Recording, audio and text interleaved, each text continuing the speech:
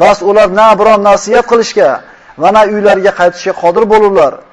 Qiyomat soati kelib, farishta Isrofilning suri chalinishi bilan banogoh ular qabrlardan Parvardigorlari huzuriga hisob-kitob uchun sug'urilib chiqurlar. Ikkinchi, Isrofilning nafasidan keyin qabrdan chiqar ekan, ular o'zlariga o'zlari aytadi.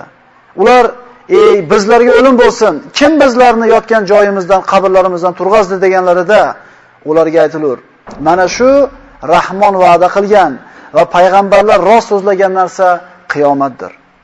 Faqatgina bir dahshatli qichirg'i bo'lar-u, banogoh ularning barchalari bizning dargohimizda hozir qilinguchidirlar.